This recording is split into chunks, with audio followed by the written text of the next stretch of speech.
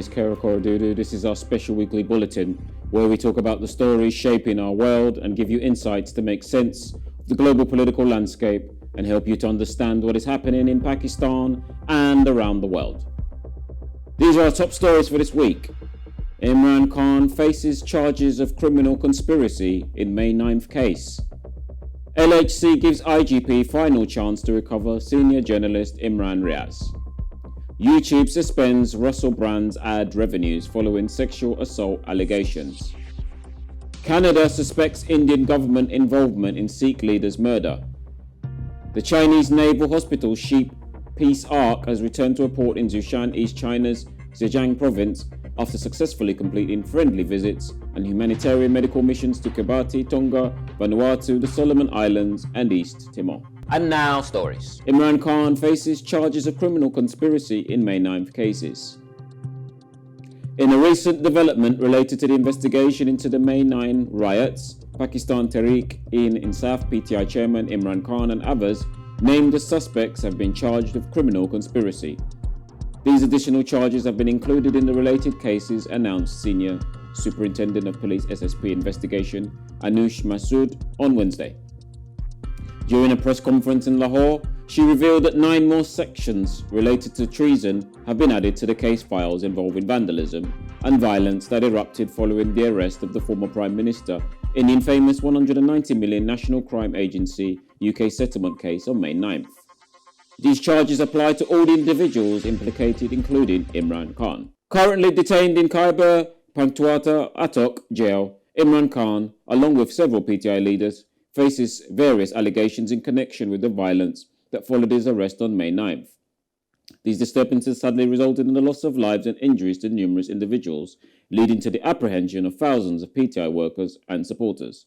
Many PTI members and senior leaders were incarcerated due to their involvement in violent incidents and attacks on military installations. During the protests, both civil and military installations, including Jinnah House and the general headquarters in Rawalpindi, were targeted. The military labelled May 9th as a black day and decided to prosecute the protesters under the Army Act. PTI maintains that all these cases are politically motivated and baseless, aimed at tarnishing Imran Khan's popularity in his fight against powerful individuals. LHC gives IGP final chance to recover senior journalist Imran Riaz. The Lahore High Court LHC has given Inspector General Police IGP Punjab Dr. Usman Anwar a final opportunity to produce senior journalist Imran Riaz Khan before the court by September 26. This decision came during a hearing on a plea filed by Imran's father, who has been seeking the recovery of his missing son for several months. During the proceedings, Chief Justice Muhammad Amir Bhatti expressed frustration over the delay in progress and asked IGP Usman about the whereabouts of the detainee. The IGP requested an extension to make progress in the case and mentioned that a working group had been established with a meeting scheduled with the intelligence chief. CJ Bhatti expressed impatience, stating that the delays were a mere waste of time and questioned if other options should be considered if the case doesn't make progress. The petitioner's counsel requested a 24-hour extension, but the judge emphasized the importance of their input in the case. The judge scheduled the next hearing for September 26 and granted IGP Usman a final opportunity to produce the missing journalist. Imran Riaz Khan, a vocal supporter of PTI chairman Imran Khan, was arrested on May 11 from Sialkot airport. His arrest followed protests and riots after the former Prime Minister's arrest on May 9th. Despite previous assurances, Imran has not yet been recovered and there are allegations that he was kidnapped by government agencies. YouTube suspends Russel brand's ad revenues following sexual assault allegations. YouTube announced on Tuesday that it has suspended Russel brand's ability to generate income from his online channel in response to allegations of sexual assault against the British actor and comedian. Brand, formerly one of the UK's most prominent comedians and broadcasters, vehemently denied any involvement in non-consensual sexual activities, stating on Saturday that he had never engaged in such behaviour. The allegations emerged through investigations by the Sunday Times newspaper and Channel 4 TV's documentary series Dispatches, which revealed accusations from 4 women, including a rape dating back to the period between 2006 and 2013. These allegations have sent shockwaves through the British media landscape, dominating headlines since their disclosure. The BBC, reacting to the allegations, confirmed on Tuesday that it had removed certain shows featuring Brand from its iPlayer and Sounds platforms, citing content that no longer met public expectations. Brand took to social media on Saturday to address the very serious criminal allegations, emphasizing that the claims pertain to a time when he was highly visible in mainstream media, noting his promiscuous lifestyle during that period and asserting that all his relationships were consensual. Known for his flamboyant style and appearance, Brand has maintained his innocence. Caroline Dinenage, the chairman of Parliament's Culture, Media and Sport Committee, disclosed that she had written to the BBC, Channel 4, GB News and tech company TikTok regarding the allegations.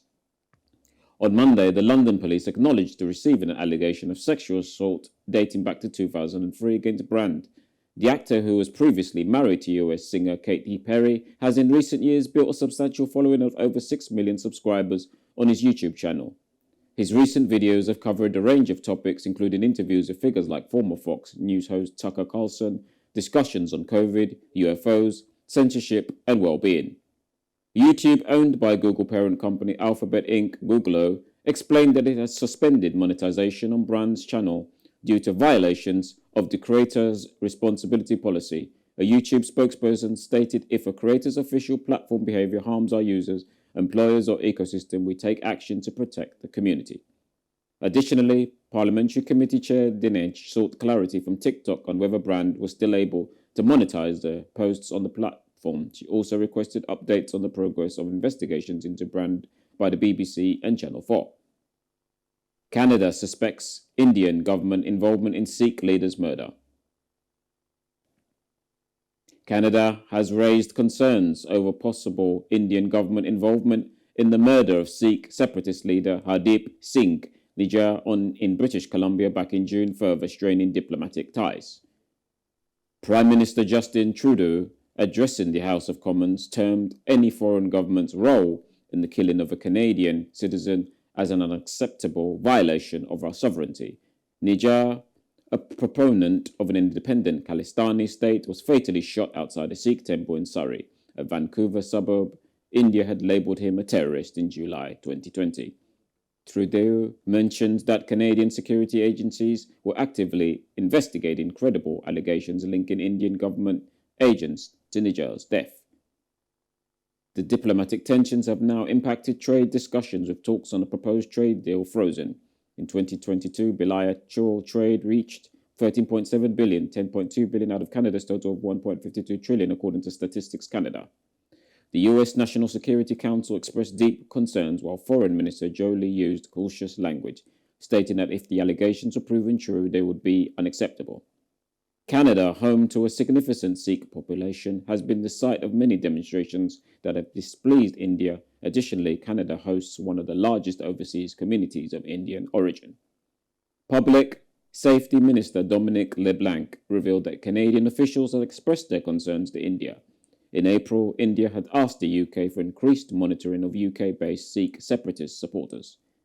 Canada also expelled India's top intelligence agent in the country, according to Foreign Minister Melanie Joly. Trudeau's comments signify an escalation in tensions with India, concerned about Sikh separatist activities in Canada. Modi expressed his concerns to Trudeau during the G20 summit over recent Sikh demonstrations calling for an independent state. Pakistani Foreign Office spokesperson Mumtaz Zara Balok said on Wednesday that the accusation of Indian involvement in a separatist Sikh leader's killing on its soil showed New Delhi's network of extraterritorial killings had gone global, state broadcaster Radio Pakistan reported. The Chinese naval hospital ship Peace Ark has returned to a port in Xushan, East China's Zhejiang province, after successfully completing friendly visits and humanitarian medical missions to Kiribati, Tonga, Vanuatu, the Solomon Islands, and East Timor. Departing on July 3rd, the ship covered over 12,000 nautical miles during its 79-day journey. Throughout its mission, it hosted numerous dignitaries and conducted academic exchanges, cultural events, and even a joint exchange with the Tongan Navy. The ship performed and dispatched 47 medical teams to serve local communities, schools, and hospitals. It also celebrated the delivery of 3 babies on board. The Peace Ark, China's first ocean-going maritime hospital, has been engaged in humanitarian medical missions abroad since its commissioning in 2008. And those are the latest news stories and headlines. Thank you and goodbye.